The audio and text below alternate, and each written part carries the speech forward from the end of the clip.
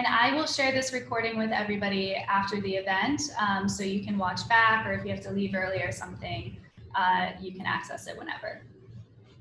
So let's get started. We've already done introductions, so we're ahead of schedule. But the next things we're going to talk about is we're going to walk through like the 6 steps of creating a social media strategy. So first, we're going to identify your problems and goals. Then we're going to identify your target audience.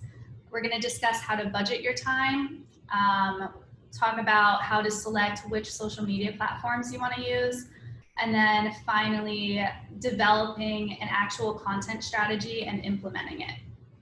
And then I'm going to end with sharing just a few tools that I personally use, both for my own social media as well as my clients.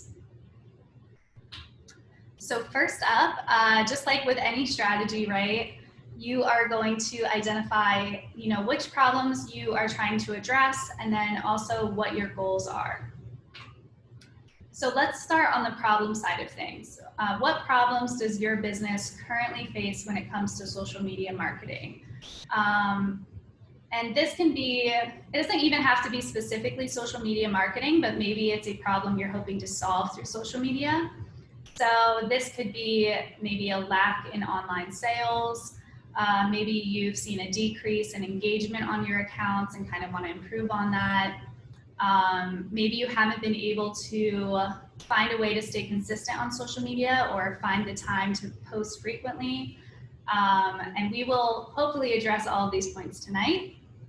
And then finally, you also want to decide what results you would like to see from your social media marketing efforts. Obviously, those results are going to be a direct solution to the problem you listed in step 1. But you might also want to increase your brand awareness, increase online sales, establish a loyal customer base, or establish credibility as an expert in your field. So all of this can be done through your social media marketing strategy.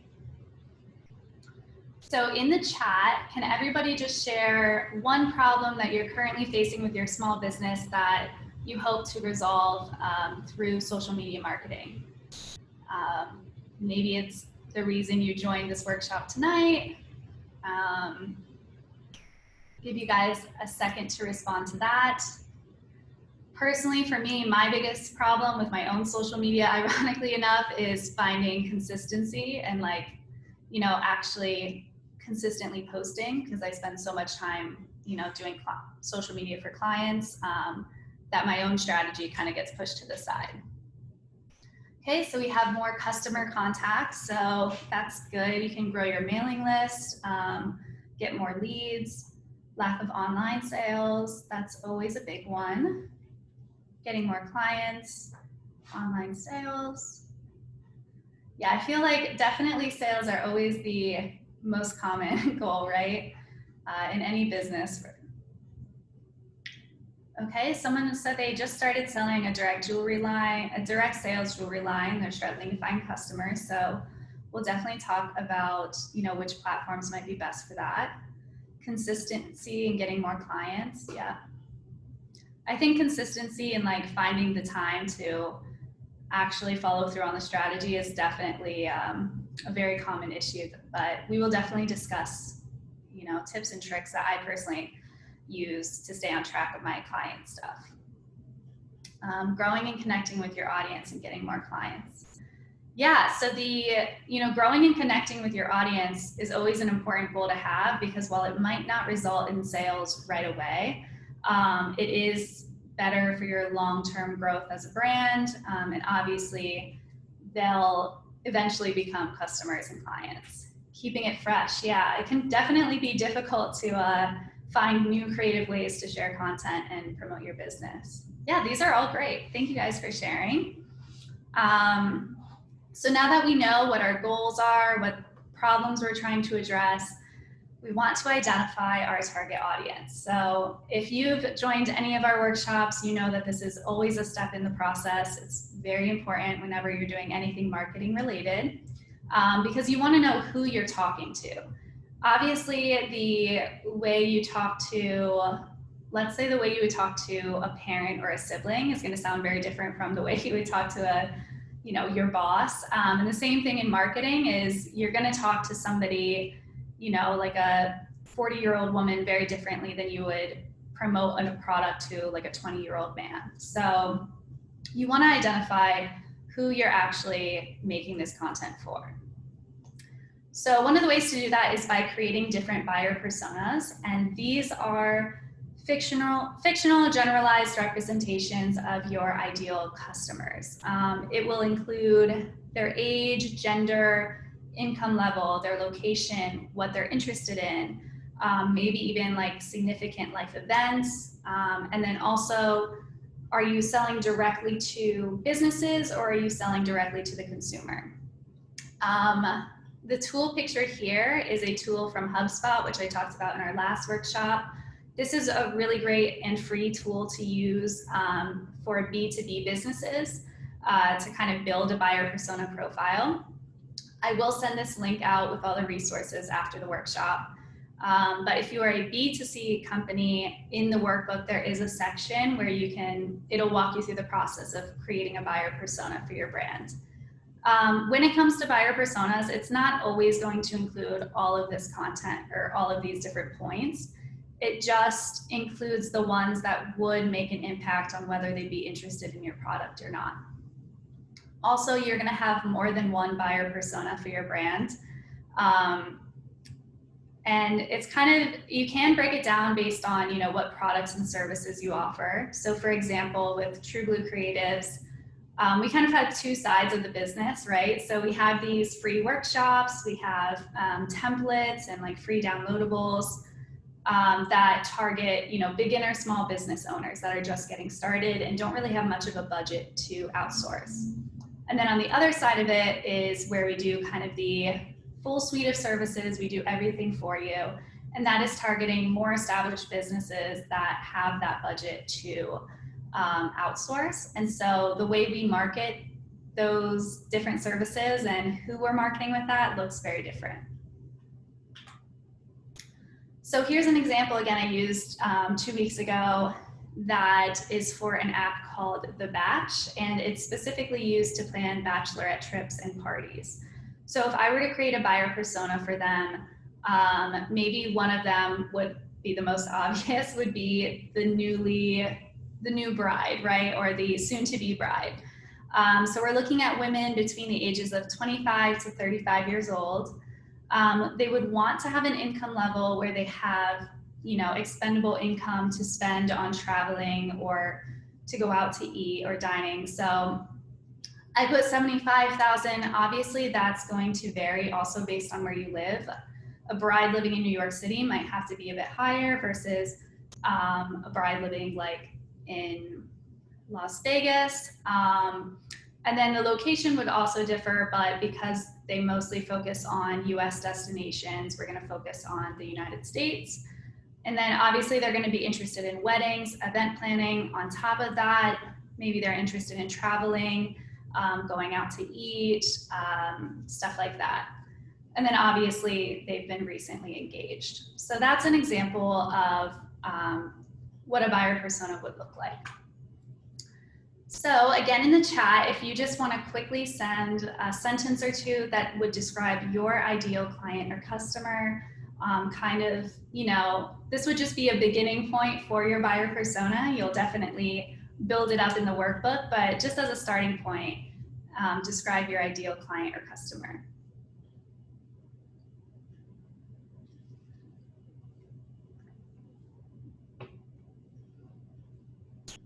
Give you guys a couple minutes to do that, or a couple seconds, I guess.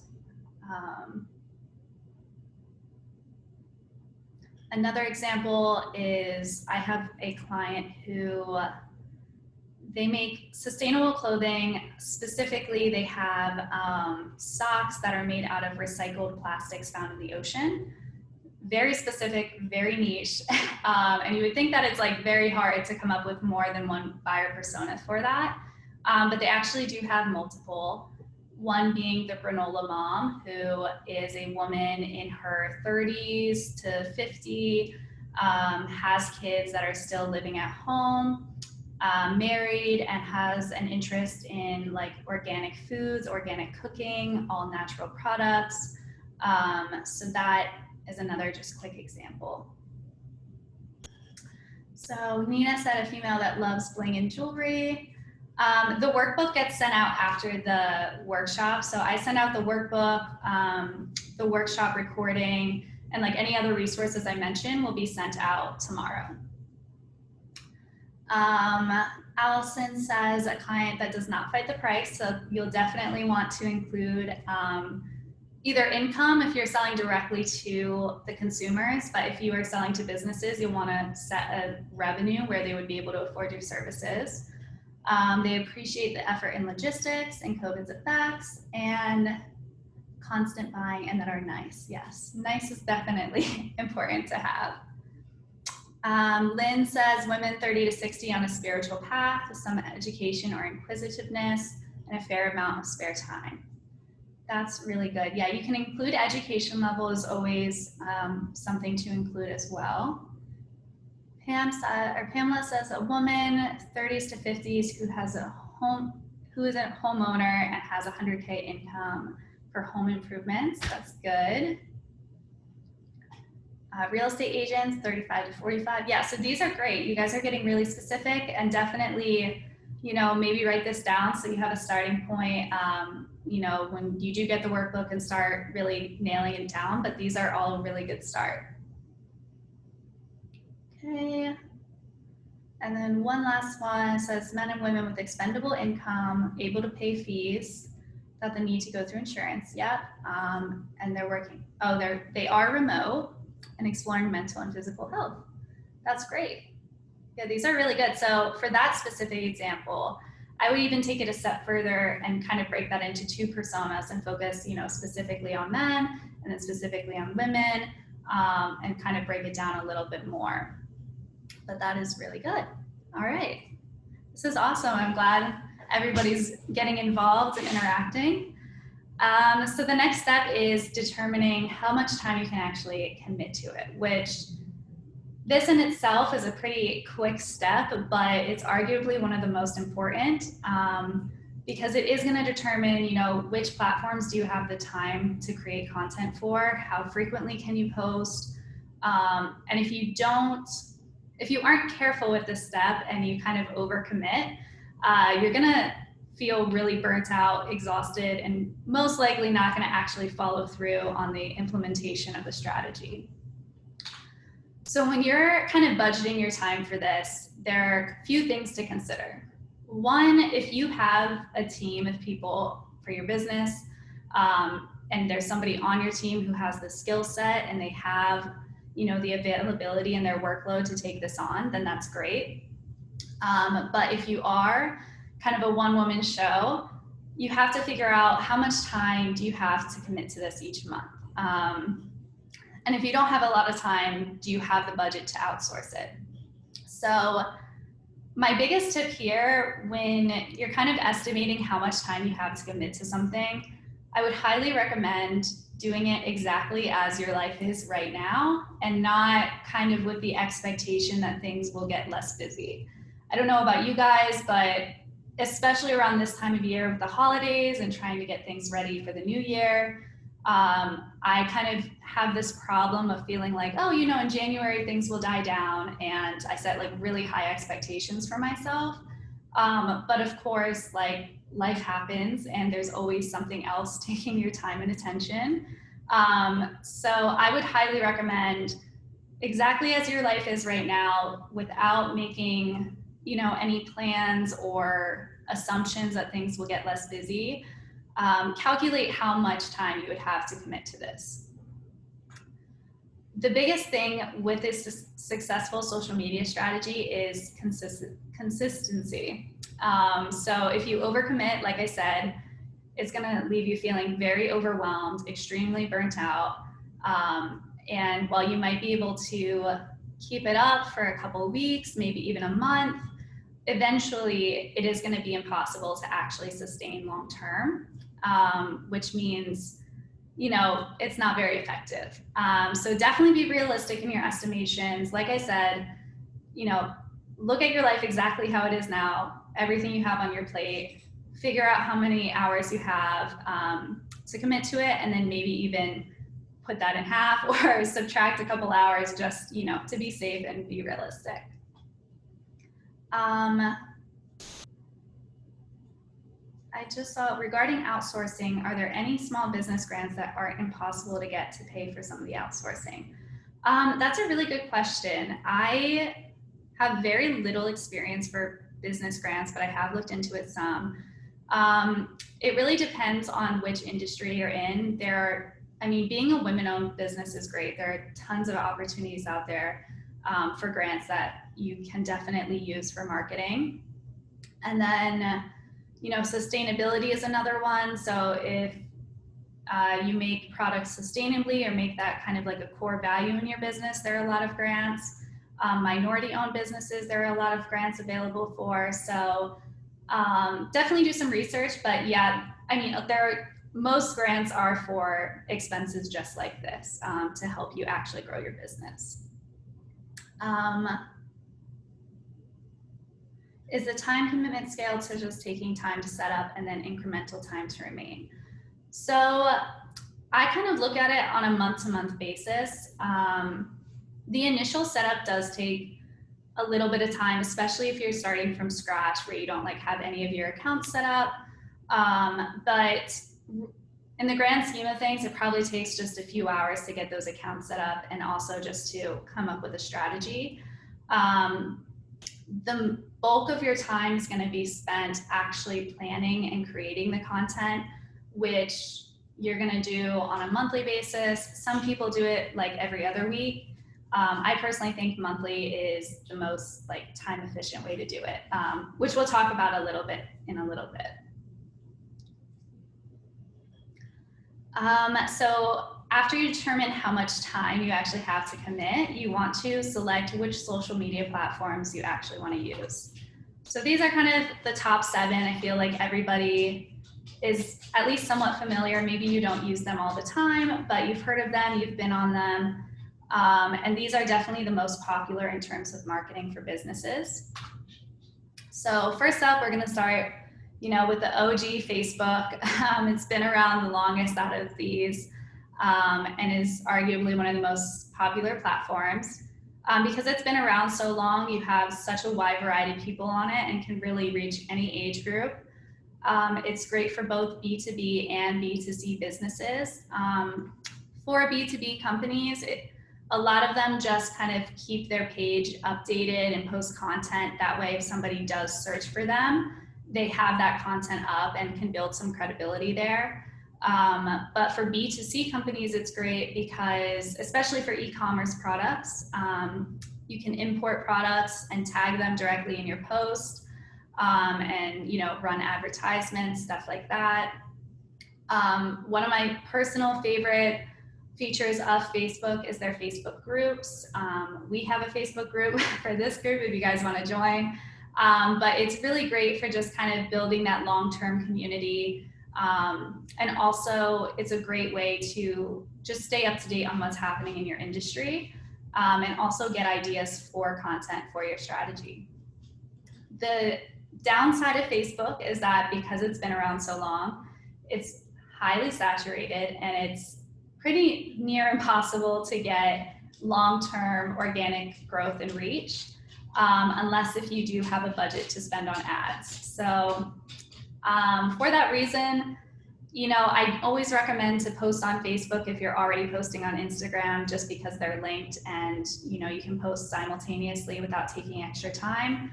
But otherwise, it might not be the best fit. Next up, we have Instagram, which is arguably one of the most popular platforms right now. It's especially popular for people between the ages of 18 to 34. So if your target audience falls in that range, this would be a good option for you. Just like Facebook, it can be for both B2B or B2C companies, where B2B, it's more just to maintain that credibility or that visibility if somebody searches you.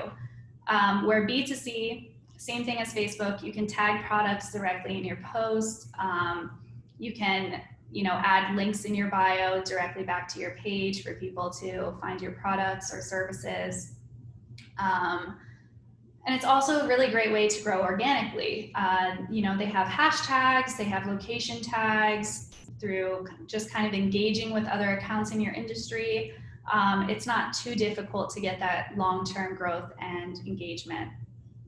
And then personally, one of my favorite things about Instagram is all the different types of content you can share on there. While it is kind of annoying at first when they, are constantly releasing these new features and updates, it does make creating content a lot more fun. And there are so many creative ways you can share information with your audience. So whether that's through Instagram Reels, through Instagram Stories with like a fun Q&A sticker, stuff like that. So Instagram is great for that. Somebody just asked, what do you think about using growth services to grow following? It's something you have to be very careful with. I definitely would not recommend using like any of the bots in terms of like, buying followers, buying engagement. That's a huge no.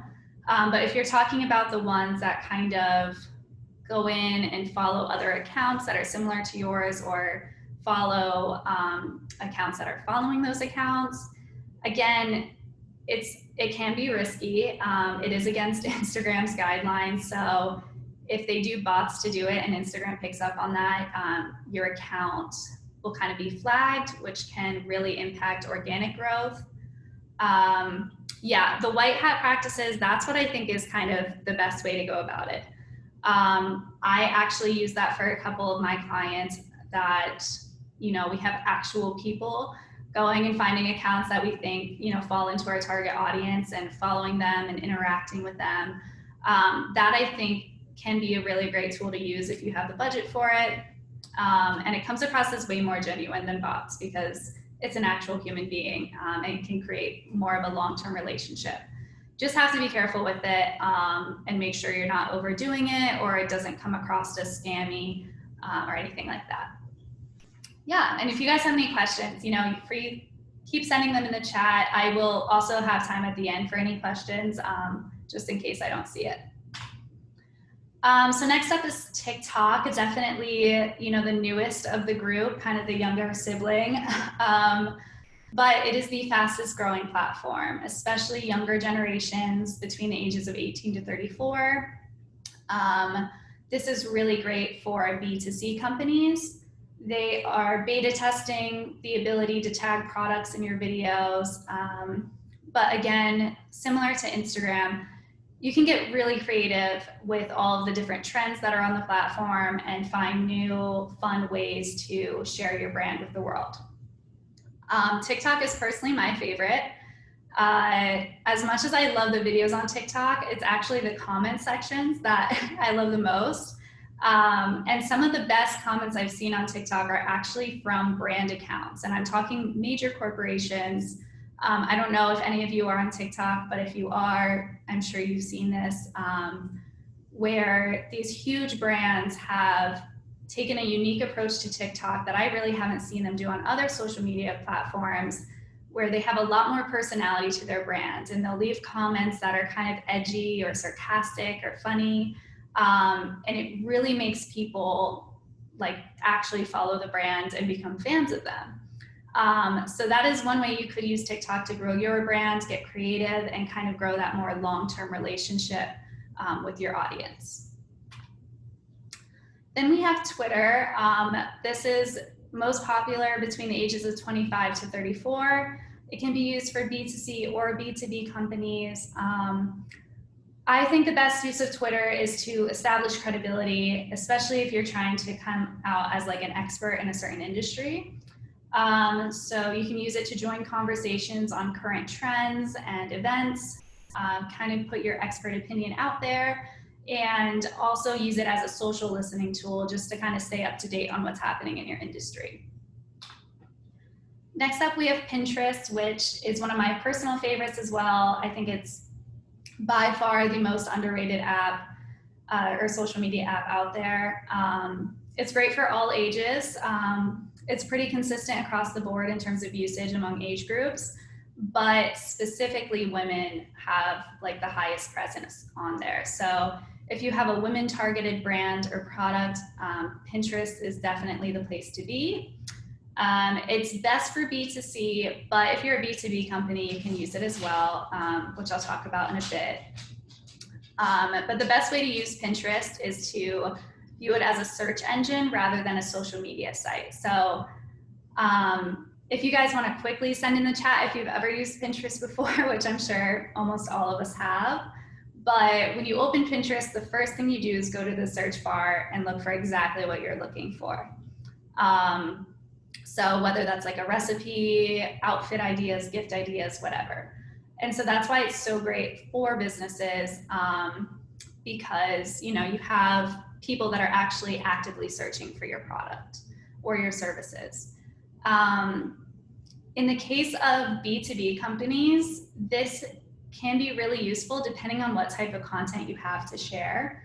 Obviously, pins link back to something. So if you have blogs to share or like webinars, stuff like that, it can be a really great site, but it's not really somewhere where you would just kind of post like, hey, like I design websites, this is how much it costs. Like that's not going to do well on Pinterest. But if you have a blog about, the process of building a website and then link that back to your services, that would perform much better. So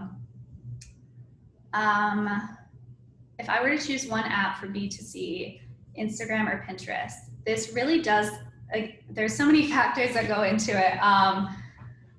It really depends on your product. If you want to give me more insight on what your product is, I'd be happy to answer. But I think if you are an e-commerce store, Pinterest I think I would choose Pinterest over Instagram personally. I think it's more time effective. People have the ability to shop from your pins. And again, people are actively searching for the stuff you're selling. So you're gonna see a higher conversion rate. Someone said they use Pinterest, but not in a business sense, and that is pretty typical. That's why businesses usually do really well on Pinterest, because it's not one of the first platforms that come to mind when you're thinking about marketing your business. So it's not as saturated as Instagram and Facebook are.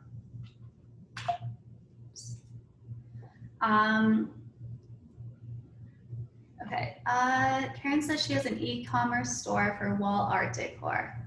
Yeah, I think that is like the perfect example of a brand that would perform really well on Pinterest.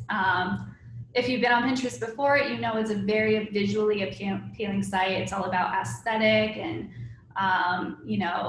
creating or just saving anything that looks beautiful. So for an e-commerce store with like home decor and also having the visual brand design, I think that would perform really, really well. And I would recommend starting on Pinterest rather than Instagram if you only have time for one. Next up, we have YouTube. Again, it's very popular across all age groups, and you can use it for both B2C and B2B. And again, similar to Pinterest, I would approach it as a search engine rather than social media. YouTube definitely has more of the social element than Pinterest does, but most of the time when people go on YouTube, they're looking for a how-to video or tips and tricks, stuff like that. So it's really great if you have long-form, valuable content you want to share, whether that's how to use your products. I know a lot of like B2B companies, specifically software, have tons of videos on YouTube about how to use new features on their software, stuff like that.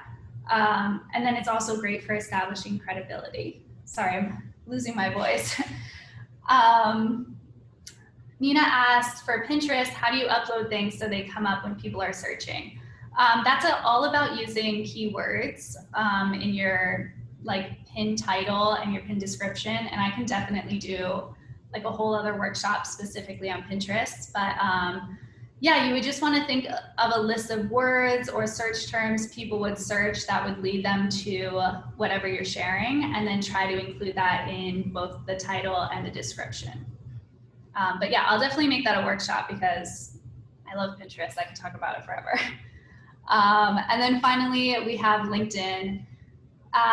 This is a very specific social network. It's 25 to 34-year-olds, B2B. You're looking at professionally based services. Your main goals here are to establish credibility, network in your industry. And it's very similar to Twitter, where it's a good place to join the conversation and share your expertise. But the nice thing about LinkedIn is that it's not as fast paced as Twitter. So like Twitter, you kind of have to be constantly checking in, like almost every day, where like LinkedIn, the posts live on a little longer. So it's easier to keep up with.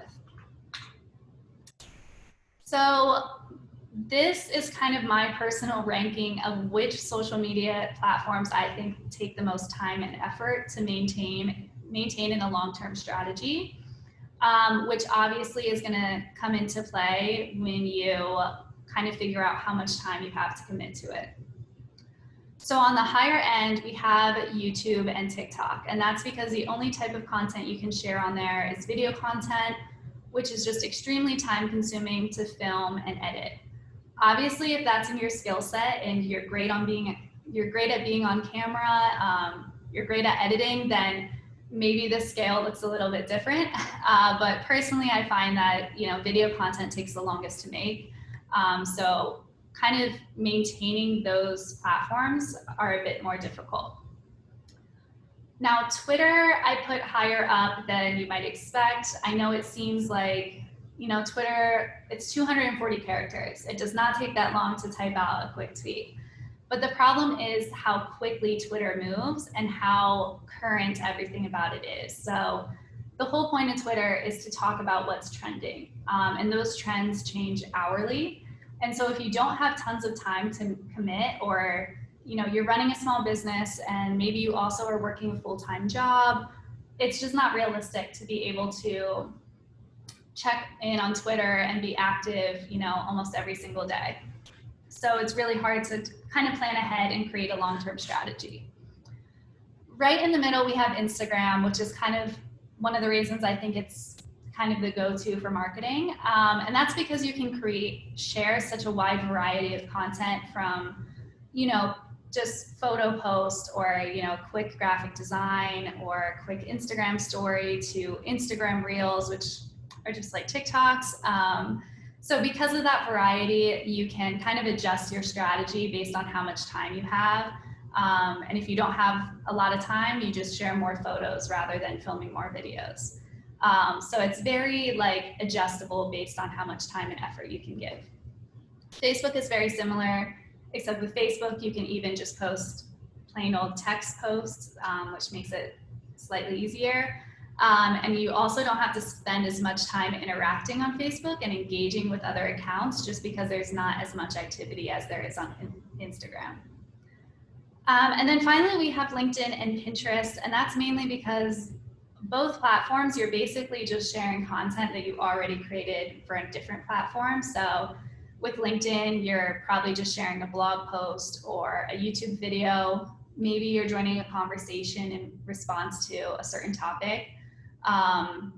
But then with Pinterest, obviously all pins lead back to a certain link. So that's usually a blog or a video that you've already created.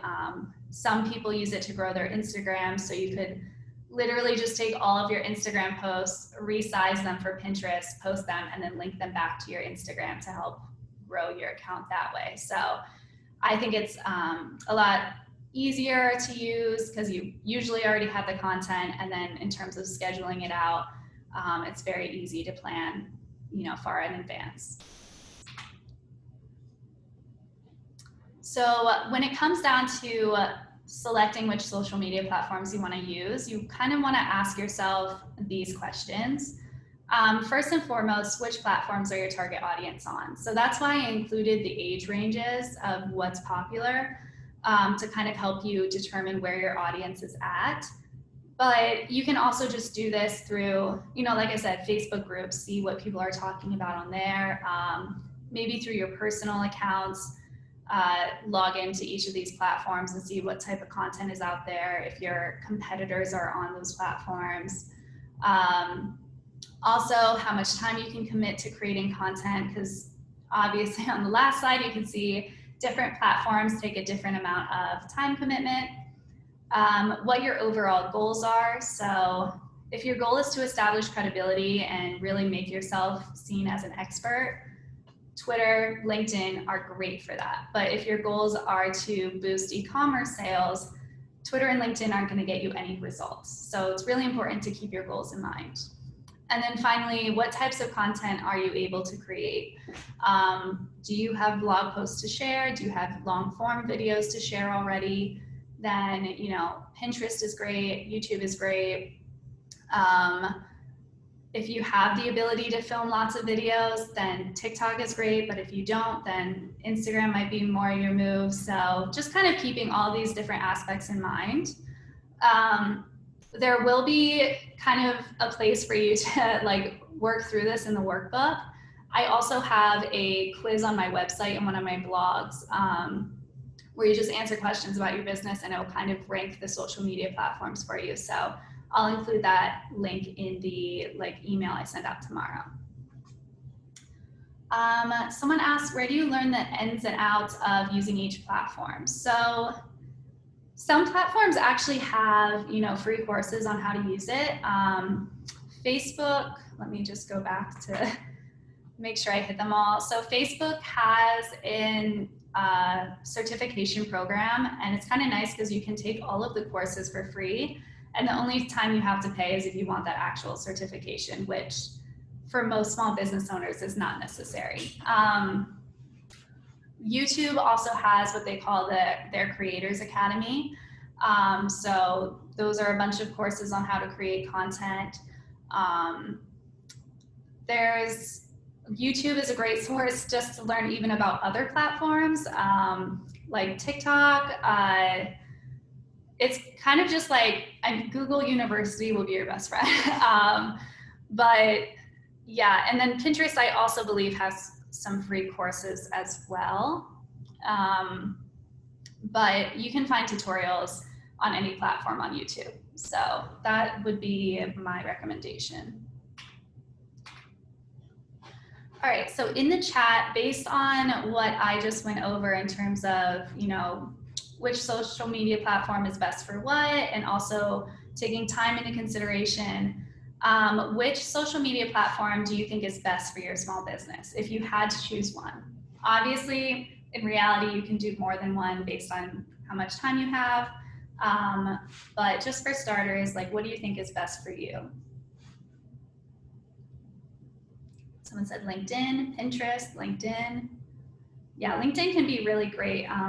For LinkedIn, you know, they have communities based on different industries. So I definitely recommend as a starting point, just joining those and really getting active and joining those conversations, making sure your profile is optimized, which you can find YouTube videos on.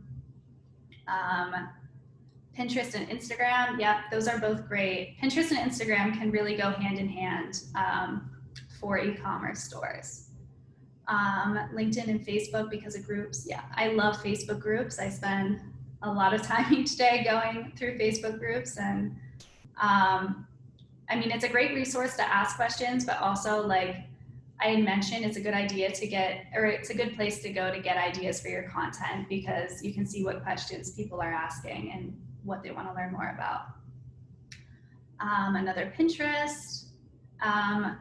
You've been learning LinkedIn for your services. Pinterest may be the second platform for the product side. Yeah, LinkedIn, that makes sense since you have kind of two sides with the professional services and then the e-commerce side. I would definitely recommend trying out Pinterest and using their e-commerce integration. Pinterest, for whatever reason, they really organically push the shoppable pins. So I have seen clients that, you know, went from having like, you know, 1,000 to 2,000 monthly views, and then all we did was link their Shopify, which automatically creates those product pins, and they went up to like 20,000 views in a month. So Pinterest really loves e-commerce businesses. You need help learning these to promote your products. Well, I will definitely do more workshops that focus specifically on specific portfolios. But yeah, there's tons of free resources out there. Another great one, and I'll send it in the chat. It's by Rachel Peterson, and it's called Social Media University, or Social Media University or Social Media United.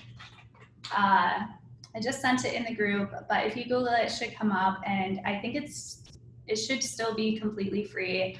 And she has really great lessons on each platform, so that will be helpful. All right. Step number 5 is developing a content strategy. So now we kind of have the building blocks of what your goals are, who you're targeting with your messaging, how much time you have to commit, and which social media platforms you're going to post on. So obviously the next step is actually creating the content. So in social media marketing, we use what we call content pillars. And these are overall themes or categories that you can use to keep your content consistent and focused, and just making sure that everything you post has, a bigger purpose. Yeah, Rachel Peterson also has YouTube videos. She is amazing. Would recommend following her on literally every social media platform, because she provides a lot of really useful information. But for content pillars, I would recommend starting out with 5 pillars. You can have as many or as little as you'd like, but this is what I found to kind of be the sweet spot. And that's because you can kind of like easily divide it how you need to. When you're creating content, you want to follow the 80-20 rule. So 80% of your content should be completely value-based. That's, providing information for something in your industry. It's providing more insight into your business with maybe like behind the scenes stuff. It could be, providing tutorials or resources, stuff like that. The other 20% is where you do the purely promotional. Now, obviously, the value-based content in the long run is still going to lead to sales. It's going to lead to growing your business, because that's how you build those long-term relationships with your audience and build that long-term credibility. But the promotional is where you kind of push, your sales, really highlight whatever products or services and stuff like that. So when it comes down to actually determining what your content pillars are, there's many different ways you can break it down. One of the most obvious ones is to look at, what types of services or what types of products you offer, and maybe like breaking each pillar down into a service you offer. So one of my clients here is a sugar waxing bar here in Chicago. And they also offer like brow services, lashes. So for their content pillars, one is obviously focusing on sugar waxing, another one focusing on brows, another one on lashes, and then the last one, we kind of focus more on like products. So that's one way to break it down. You can also just use key focus areas in your industry, or break it down by your business values. This will be in the workbook, but if you're really struggling on like kind of coming up with ideas for this, one, I would recommend just going through the content you already have, either on your website, or if you have blogs published, like going through and just seeing if there are any repeating themes or categories or topics that you discuss. If you are starting from scratch and you don't have any content yet, then definitely use your competitors for inspiration. So check out their website, check out their social media pages, and again, just make a list of topics they talk about, overall themes that you see, and see if that kind of gets the process going. So going back to the Batch app as an example, if I were to break their app or their content down into pillars, I would do things to do, places to eat, places to stay, travel destinations, or just traveling in general. And then obviously the last pillar, I always recommend just make your promotional content. So that's kind of an idea of one way you can break it down. Kind of using this example and what we've talked about so far, send in the chat one content pillar that you could use for your small business. Give you a second. I'm losing my voice, so I'll drink some water. So for my business, True Blue Creatives, I would definitely, one of my content pillars is, social media, whether that's providing tips and tricks, giving updates on new features, stuff like that. And then another one would focus on website design, because that's another service I offer. So in that one, I would talk about, creating a functional website, what to include on your website. I don't know, but kind of using your services to break it down is one example. Pictures of jewelry, sale flyers. So the sale flyers specifically would definitely be the overall content pillar for that would be the promotional one. But then for the jewelry, you could kind of break it down into, obviously it depends on, what kind of pieces you have, but you could break it down into necklaces. Could also break it down into, I guess like more formal pieces, more day-to-day wear. You could have a content pillar about caring for your jewelry. So like how to clean it, how to keep it, in good quality long-term. Health tips and tricks is a good one. How-to is always good. Maintaining a positive mood / outlook in the face of stress. That's good. So maybe that might be a little too specific. So maybe for like the overall content pillar, you could make it, maybe mental health or something along those lines. Information on different metaphysical effects of stones. That's good. Yes, showing complete projects. Showing complete projects would go like directly under promotional most likely. But like maybe you could do like a behind the scenes of, how you go about creating your artwork. That would be a good, more value-based one that provides just more insight and people enjoy watching those. Yeah, positive mental health would be good, or like positive tips. Yeah. So you don't want to make it too specific because the next step in it is breaking them down into these specific topics. So again, these are just some examples. I'm not going to go through them all, but on this app specifically, maybe we highlight classes and workshops you can do, best photo ops, nightlife based on cities. For places to eat, you would have food tours or like Insta-worthy cafes, special dining experiences in the area. Places to stay, you have Insta-worthy Airbnbs, maybe if they like partner with hotels. Unique places to stay. For travel destinations, you could do, well, they already do this, but city guides. So making guides for each city that they highlight. You could do series for like best city based on budget, based on bride personality, etc. And then finally, the promotional content is where you share your like specific sales. So with Black Friday coming up, your Black Friday post would fall into promotional. You share customer reviews and testimonies. And then this is also where you can show more information about the business, whether that's a meet the team, talking about what services you offer, how people can go about booking you. That would all fall under promotional. Information on real estate before and after.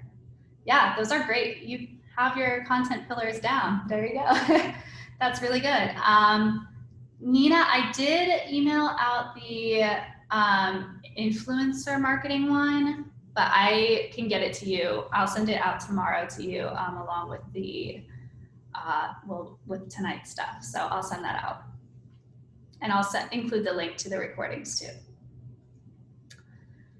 So the next step is choosing what type of content you want to share.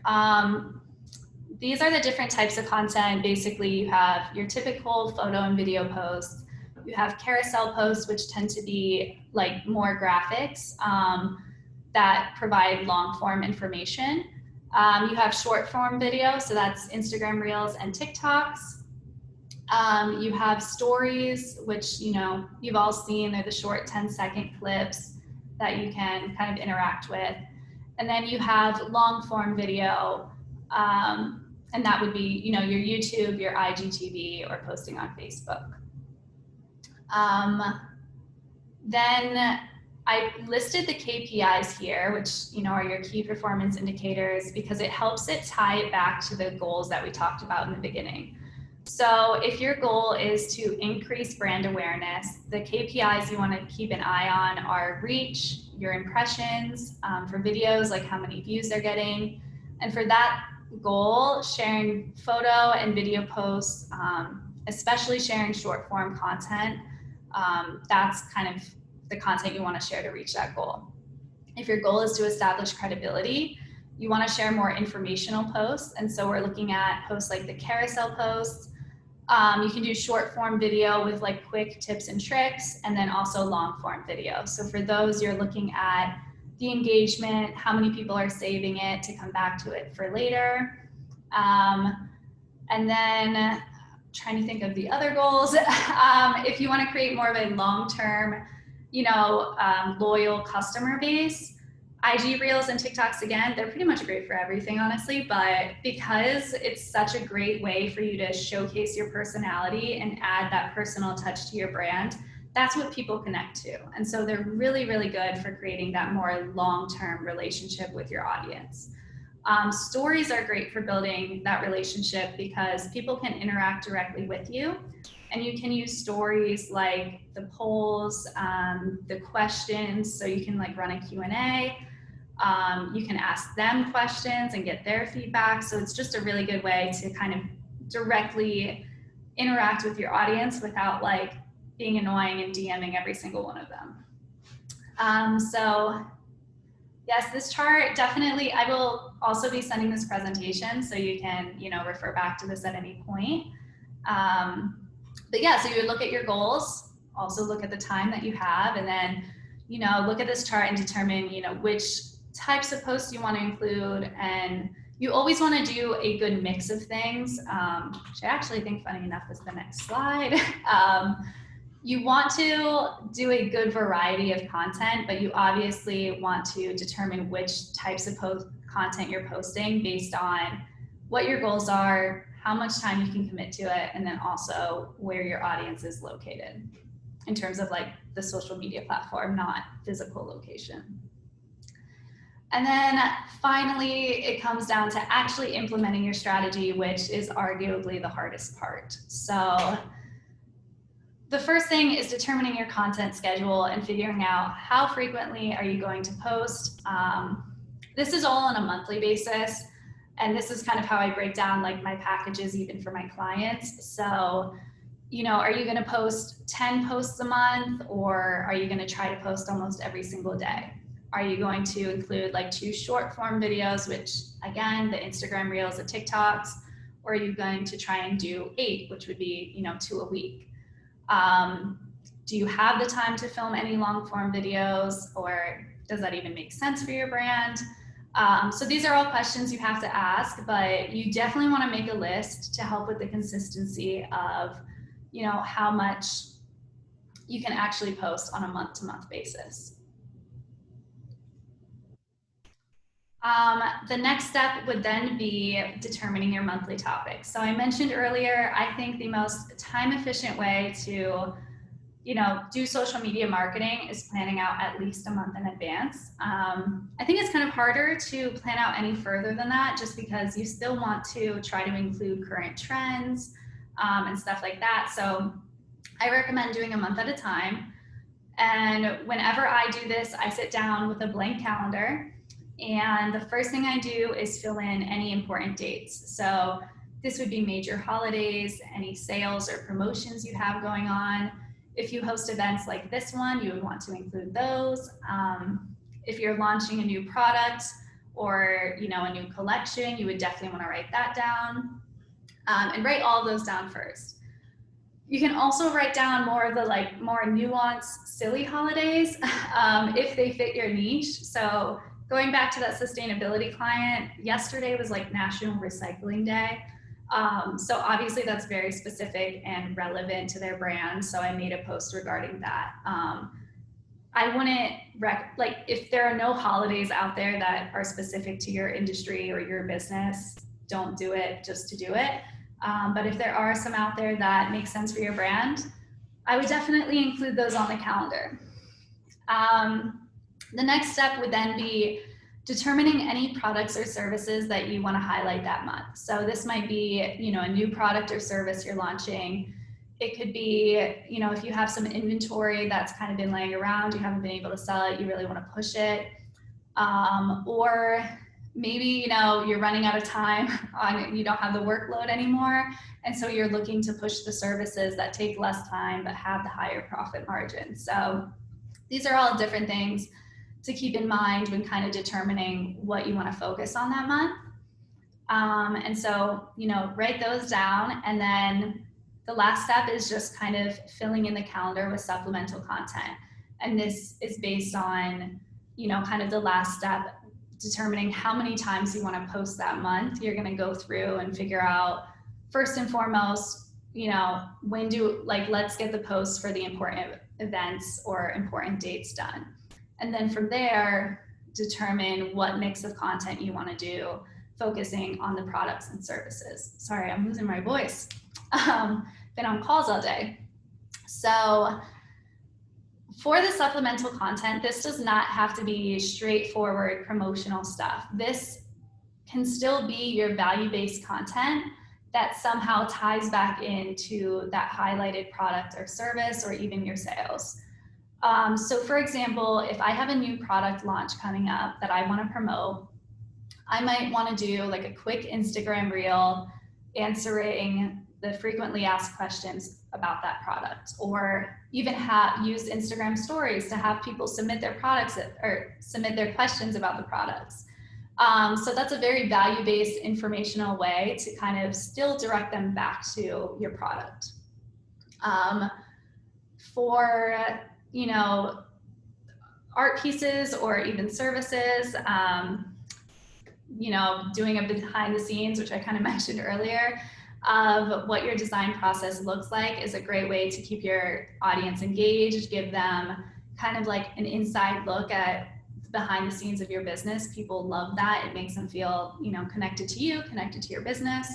And then you can also, again, tie it back to like, oh, and this product is up for sale on my store, and I can design a website for you too.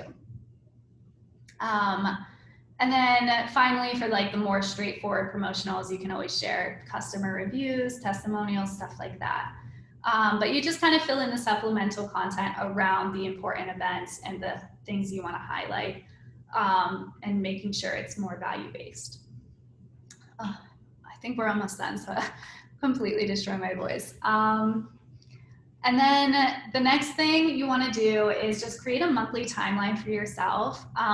This is just what I personally use, but obviously you need to find something that works best for you and your schedule. So if you know that the end of the months always get crazy with work, maybe you're going to want to change this so you do everything the first 2 weeks of the month. Maybe you know, like, okay, your kids have soccer practice or soccer games Saturday mornings and they'll be out of the house, so you have time and peace and quiet to film videos. So those Saturdays are going to be used for that.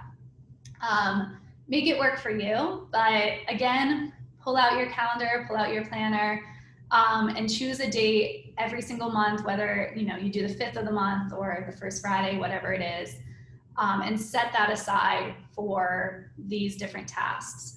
At the beginning of every month, you want to look back at the performance of last month, see which posts did really well, see which ones didn't perform so well, and kind of use that to guide your content for the upcoming month. And then you're going to want to create all of your content. So that's your video content, any written content. I personally like to break those up based on, I don't know, like it kind of just helps you get more in the flow of things. Sorry, my dog is always around at the worst times. And then finally, you want to actually put it all together in a content calendar, which I will provide you guys a template for. And this is where you're going to actually lay out, what the post is actually going to look like. So the actual photo or graphic you're going to post, write out your caption, put your hashtags, whatever it might be, depending on the platform. and have everything planned out so you can kind of see it as an overview and make sure that you have a healthy mix of content. You're hitting all the key points that you want to do.